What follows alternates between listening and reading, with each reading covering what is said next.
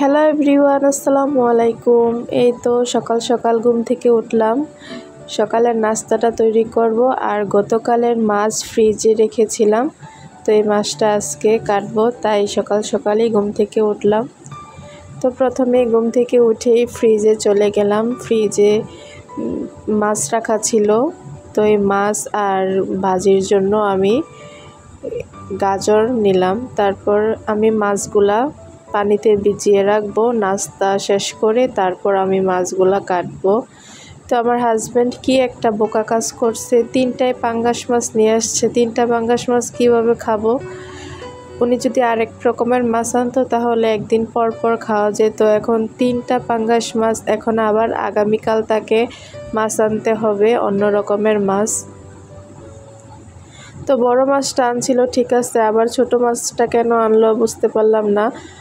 বড় মাছের স্বাদ অনেক ভালো, টেস্ট ভালো, আর ছোট মাছ খেতে কিন্তু একদমই স্বাদ নেই। যারা পাঙ্গাস মাছ খায় তারাই বুঝবে যে ছোট মাছের স্বাদ নেই। আর যত পাঙ্গাস মাছ বড় হয় ততই স্বাদ বেশি। এটা আমরা খাই বেশি, তাই আমরাই জানি, আর যারা খায় তারাই বলতে পারবে। তো যাই হোক, কিনে যখন নিয়ে আসছে, কোনো না কোনো প্রসেসিং করে এটাকে খেতেই হবে। তো মাছগুলো এক পাশে রেখে দিলাম।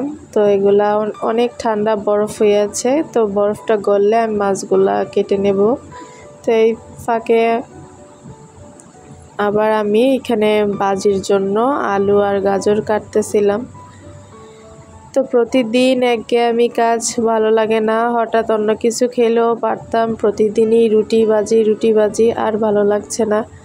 প্রতিদিনই সকালবেলা উঠে আমার ভাজি করতে হয়, রুটি বানাতে হয়, কারণ হাজবেন্ডের পছন্দ। যাই হোক, পছন্দ তো তাহলে তো কি করব, করতেই হবে, তাকে খেতে দিতে হবে। তো আমার ভাজি কাটা শেষ, আলু আর গাজর। তো এখন আমি দেখলাম গ্যাস আছে, তাই আমি একটু পানি গরম বসিয়ে দিলাম আটার কাইটা করতে।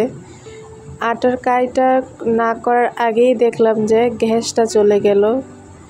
কি ভাগ্য খারাপ, গ্যাসটা চলে গেল। তাই আবার ইন্ডাকশনে বসিয়ে দিলাম, ইলেকট্রিক চুলায়। তো ইলেকট্রিক চুলায় কিন্তু একদমই রান্না করতে ভালো লাগে না। যেই পাতিলই বসাই না কেন, পাতিল নাড়াচাড়া করে, ভালো লাগে না, ধরতে ভালো লাগে না। তারপর কোনো কিছু আমি ভিডিও করতে পারি না এই চুলাতে। আর গ্যাসের চুলাতে আমার অনেক ভালো লাগে রান্না করতে, গ্যাস দিয়ে রান্না করতে খুব ভালো লাগে। আর এই তো আপনারা দেখতেই পাচ্ছেন, আমি এখানে একটা কড়াই বসাইছি। কড়াইটা কীরকমভাবে নাড়াচাড়া করে, কারণ এটার তলি তো চ্যাপ্টা না, এটার খরিদ্দার তলি। কড়াইয়ের যে সিস্টেম এটা এরকমই। তো এখানে সবসময় এই ইন্ডাকশনে যে ফ্রাই প্যানের মতো পাতিলগুলাই এখানে বসাতে হয়। তো আমি ভাত রান্না করার জন্য একটা পাতিল নিয়েছি, আর তরকারির জন্য কোনো পাতিল নেই। এমনিতে ফ্রাই প্যানে মাছ টাছ ভাজা হয়, আর ডাইরেক্ট কড়াইতে আমি রান্না করে ফেলি। কি করব, কিছু করার নেই। তো এই তো কাইটা করে ফেলেছি, ভালো করে মথে নিয়েছি, সফট হয়েছে, একদম সফট হয়েছে, যা আমার বেলার আগেই বেলে যাচ্ছে। কিন্তু এত সফট রুটিও আমার হাজব্যান্ড খেতে চায় না, একদম শক্ত না সফট না, মিডিয়াম রুটি খায়, অনেক ঝামেলা ওনাকে নিয়ে। তো ভাজিটা আমার এই ফাঁকে হয়ে গেল, পারফেক্টভাবে করে নিলাম। আর রুটি বানানো শেষ, রুটিগুলা এখন আমি সেঁকতে দেব। এই ফ্রাই প্যানটা আমি রুটি সেঁকতে অনেক কালো করে ফেলেছি রুটি ছেঁকে। এটা মাছ ভাজার জন্যই পারফেক্ট ছিল।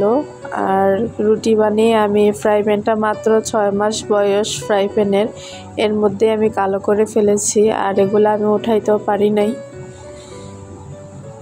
তো রুটি কিন্তু বেশি নাড়াচাড়া করলে ভালো হয় না, আর আমার বেশি সফট হওয়ার কারণে রুটিটা বারবার তাওয়ায় লেগে যাচ্ছিল।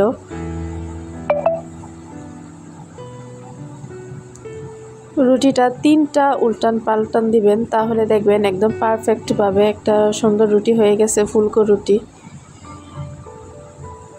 এই তো আবার রুটিগুলা সব আস্তে আস্তে ছেঁকে নিলাম। এখন আমি ছড়িয়ে রাখবো যাতে এটার ভাব সরে যায়, না হলে রুটি লেতা লেতা হয়ে যাবে। তো আজকের মতো এই পর্যন্তই, আল্লাহ হাফেজ।